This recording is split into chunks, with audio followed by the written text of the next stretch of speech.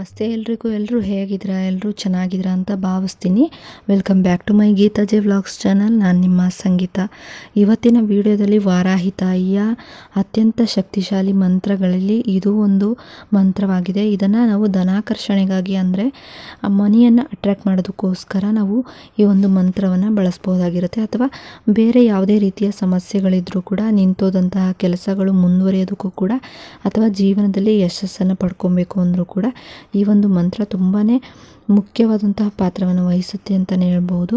ಇನ್ನು ಆ ಒಂದು ಮಂತ್ರ ಯಾವುದು, ಅದನ್ನು ಎಷ್ಟು ಬಾರಿ, ಹಾಗೆ ಯಾವ ಸಮಯದಲ್ಲಿ, ಎಷ್ಟು ದಿನಗಳ ಕಾಲ ಪಠಿಸಬೇಕಾಗುತ್ತೆ ಅನ್ನೋದನ್ನು ಎಲ್ಲವನ್ನು ಕೂಡ ಸಂಪೂರ್ಣವಾಗಿ ಈ ಒಂದು ವಿಡಿಯೋ ಮೂಲಕ ನಾನು ನಿಮಗೆ ತಿಳಿಸ್ಕೊಡ್ತಾ ಇದ್ದೀನಿ. ವಿಡಿಯೋವನ್ನು ಎಲ್ಲೂ ಕೂಡ ಸ್ಕಿಪ್ ಮಾಡದೆ ನೋಡೋದ್ರಿಂದ ಮಾತ್ರ ಇದರ ಬಗ್ಗೆ ಸಂಪೂರ್ಣವಾದ ಮಾಹಿತಿಯನ್ನು ನಾವು ಪಡ್ಕೋಬಹುದಾಗಿರುತ್ತೆ. ಇನ್ನು ಬನ್ನಿ ವಿಡಿಯೋ ಒಳಗೋಗೋಣ. ವಾರಾಹಿ ತಾಯಿಗೆ ತುಂಬಾ ಅತ್ಯಂತ ಪ್ರಿಯವಾದ ದಿನಗಳು ಅಂತ ಅಂದರೆ ಪಂಚಮಿ, ಅಷ್ಟಮಿ, ಹಾಗೆ ಅಮಾವಾಸ್ಯೆ, ಹುಣ್ಣಿಮೆ, ಹಾಗೆ ಮಂಗಳವಾರ ಮತ್ತು ಶುಕ್ರವಾರ ತುಂಬಾ ಪ್ರಿಯವಾದ ದಿನಗಳು ಅಂತಲೇ ಹೇಳ್ಬೋದು. ಈ ಒಂದು ದಿನಗಳಲ್ಲಿ ನೀವು ಪಂಚಮಿ ಯಾವಾಗ ಅಮಾವಾಸ್ಯೆ ದಿನಗಳಲ್ಲಿ ಬೀಳುತ್ತೆ ಆ ಒಂದು ದಿನದಲ್ಲಿ ನೀವು ಈ ವಾರಾಹಿ ತಾಯಿಯ ಮಂತ್ರಗಳನ್ನು ಪಠಿಸ್ತಾ ಬರೋದ್ರಿಂದ ಕೂಡ ತುಂಬಾ ಹೆಚ್ಚಿನ ಫಲಗಳನ್ನು ನಾವು ನೋಡಬಹುದು ಅಂತಲೇ ಹೇಳ್ಬೋದು. ಇನ್ನು ಈ ವಾರಾಹಿ ತಾಯಿಯ ಜೊತೆಗೆ ಯೂನಿವರ್ಸನ್ನು ಕೂಡ ಈ ರೀತಿಯಾಗಿ ನೀವು ಬೇಡ್ಕೊಳ್ಳೋದ್ರಿಂದ ನಿಮ್ಮ ಜೀವನವನ್ನೇ ಬದಲಾಯಿಸುವಂತಹ ಶಕ್ತಿಯುತವಾದ ಪಾಸಿಟಿವ್ ಎನರ್ಜಿ ನಿಮಗೆ ಸಿಗುತ್ತೆ. ಹಾಗೆ ನಿಮ್ಮ ಜೀವನವೇ ಬದಲಾಗುತ್ತೆ ಅಂತಲೇ ಹೇಳ್ಬೋದು. 100ಗೆ 200% ಹೇಳ್ತಾ ಇದ್ದೀನಿ. ಯೂನಿವರ್ಸನ್ನು ನೀವು ಈ ರೀತಿಯಾಗಿ ಬೇಡ್ಕೊಳ್ಳೋದ್ರಿಂದ, ಈ ರೀತಿಯಾಗಿ ನೀವು ಕೇಳ್ಕೊಳ್ತಾ ಬರೋದ್ರಿಂದ ಕೂಡ ನಿಮ್ಮ ಜೀವನದಲ್ಲಿ ಪಾಸಿಟಿವ್ ಆಗಿ ಕೆಲವೊಂದಿಷ್ಟು ಬದಲಾವಣೆಗಳು ಆಗ್ತಾನೆ ಹೋಗುತ್ತೆ. ಅದು ಹಣಕಾಸಿನ ವಿಚಾರದಲ್ಲಾಗಿರ್ಬೋದು, ಅಥವಾ ನಿಮ್ಮ ಜೀವನದಲ್ಲಿ ಪ್ರೀತಿ ಪಾತ್ರರನ್ನು ನೀವು ನಿಮ್ಮವರನ್ನಾಗಿ ಮಾಡ್ಕೊಬೇಕು ಅಂದರೂ ಕೂಡ, ಅಥವಾ ಯಾವುದೇ ರೀತಿಯ ಸಮಸ್ಯೆಗಳಿಂದ ನೀವು ದೂರ ಆಗಿ ಅದರಿಂದ ನೆಮ್ಮದಿಯನ್ನು ಕಾಣಬೇಕು ಅಂದರೂ ಕೂಡ ಈ ಒಂದು ಮೆಥಡ್ ನಿಮಗೆ ತುಂಬಾ ಉಪಯುಕ್ತ ಆಗುತ್ತೆ ಅಂತಲೇ ಹೇಳ್ತೀನಿ. ಹಾಗೆ ಆ ಒಂದು ಮೆಥಡ್ ಯಾವುದು ಅನ್ನೋದನ್ನು ತಿಳ್ಕೊಬೇಕು ಅಂದರೆ ವಿಡಿಯೋನ ನೋಡಿ ಸ್ಕಿಪ್ ಮಾಡಬೇಡಿ ಅಂತ ಹೇಳ್ತೀನಿ. ಹಾಗೆ ವಿಡಿಯೋ ಇಷ್ಟ ಆದರೆ ಒಂದು ಲೈಕ್ ಮಾಡೋದನ್ನು ಮರಿಬೇಡಿ. ಹಾಗೆ ಇದರ ಅವಶ್ಯಕತೆ ಯಾರಿಗಿದೆ ಅವರಿಗೆ ಈ ವಿಡಿಯೋನ ಶೇರ್ ಮಾಡಿ ಅಂತ ಕೇಳ್ತೀನಿ. ಬನ್ನಿ ವಿಡಿಯೋ ಒಳಗೆ ಹೋಗೋಣ. ಪ್ರತಿನಿತ್ಯ ಕೂಡ ನಾವು ಎದ್ದ ತಕ್ಷಣ ನಮ್ಮ ದಿನಗಳು ಶುರುವಾಗೋದೇ ಪಾಸಿಟಿವ್ ಆಗಿ ಶುರು ಮಾಡಬೇಕು.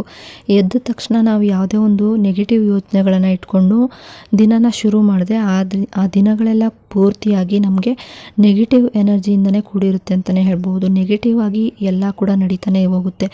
ನೀವು ಯಾವಾಗ ಪಾಸಿಟಿವ್ ಆಗಿ ಥಿಂಕ್ ಮಾಡ್ತೀರಾ, ಪಾಸಿಟಿವ್ ಆಗಿ ನೀವು ಆಲೋಚನೆ ಮಾಡಿಕೊಂಡು ಆ ದಿನನ ಪಾಸಿಟಿವ್ ಆಗಿ ಸ್ವೀಕರಿಸ್ತೀರಾ, ಅದೇ ರೀತಿಯಾಗಿ ನಡ್ಕೊತೀರಾ, ಆಗ ನಿಮ್ಮ ಜೀವನದಲ್ಲಿ ಪಾಸಿಟಿವ್ ಅನ್ನೋದು ನಡೀತಾನೆ ಹೋಗುತ್ತೆ.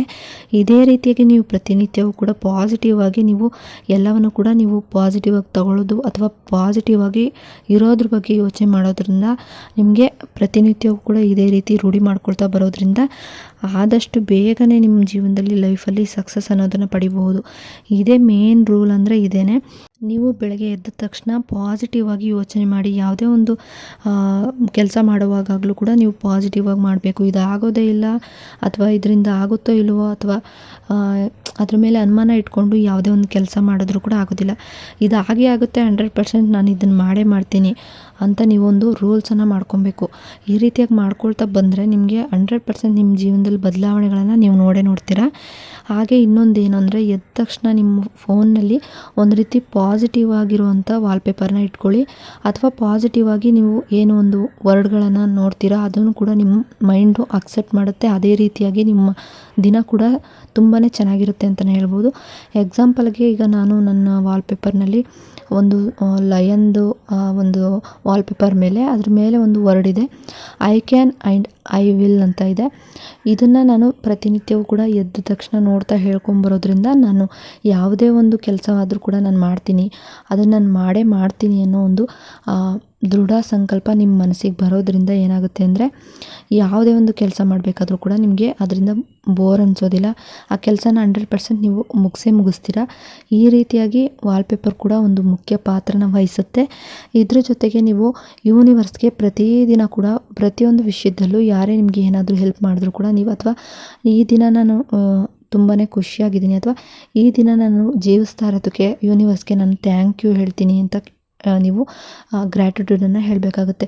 ಪ್ರತಿಯೊಂದಕ್ಕೂ ನೀವು ಗ್ರ್ಯಾಟಿಟ್ಯೂಡನ್ನು ಹೇಳಬೇಕಾಗುತ್ತೆ. ಉದಾಹರಣೆಗೆ ಈಗ ನೀವು ತುಂಬಾ ಚೆನ್ನಾಗಿರುವಂಥ ಬ್ರೇಕ್ಫಾಸ್ಟ್ ಮಾಡಿದ್ದೀರಾ. ಈ ಒಂದು ಬ್ರೇಕ್ಫಾಸ್ಟನ್ನ ನಾನು ಕೊಟ್ಟಿದ್ದಕ್ಕಾಗಿ ನಮ್ಮ ತಾಯಿಗೆ ಥ್ಯಾಂಕ್ ಯು ಹೇಳ್ತಾ ಇದ್ದೀನಿ. ಈ ರೀತಿಯಾಗಿ ನೀವು ಪ್ರತಿಯೊಂದಕ್ಕೂ ಕೂಡ ಪ್ರತಿಯೊಬ್ಬರಿಗೂ ಕೂಡ ನೀವು ನಿಮಗೆ ಉಪಯೋಗ ಆಗಿರೋವಂಥದ್ದಕ್ಕೆ ಅವ್ರು ನಿಮಗೆ ಹೆಲ್ಪ್ ಮಾಡಿರೋದಕ್ಕೆ ನೀವು ಥ್ಯಾಂಕ್ ಯು ಅಂತ ಹೇಳ್ತಾ ಬರಬೇಕಾಗುತ್ತೆ.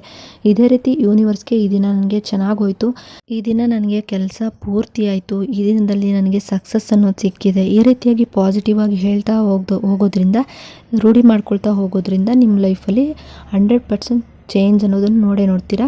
ಹಾಗೆ ಈ ವಾರಾಹಿ ತಾಯಿಯ ಮಂತ್ರವನ್ನು ಕೂಡ ಹೇಳ್ಕೊಳ್ಳಿ ಅಂತ ಹೇಳ್ತೀನಿ. ಈ ಒಂದು ವಾರಾಹಿ ತಾಯಿಯ ಮಂತ್ರವನ್ನು ನೀವು ಮಾರ್ನಿಂಗ್ ಹೇಳ್ಕೊಬೋದು, ಬ್ರಾಹ್ಮಿ ಮುಹೂರ್ತದಲ್ಲಿ, ಅಥವಾ ಸಂಜೆ ಮಲಗುವಾಗಾದರೂ ಕೂಡ ಹೇಳ್ಕೊಬೋದಾಗಿರುತ್ತೆ.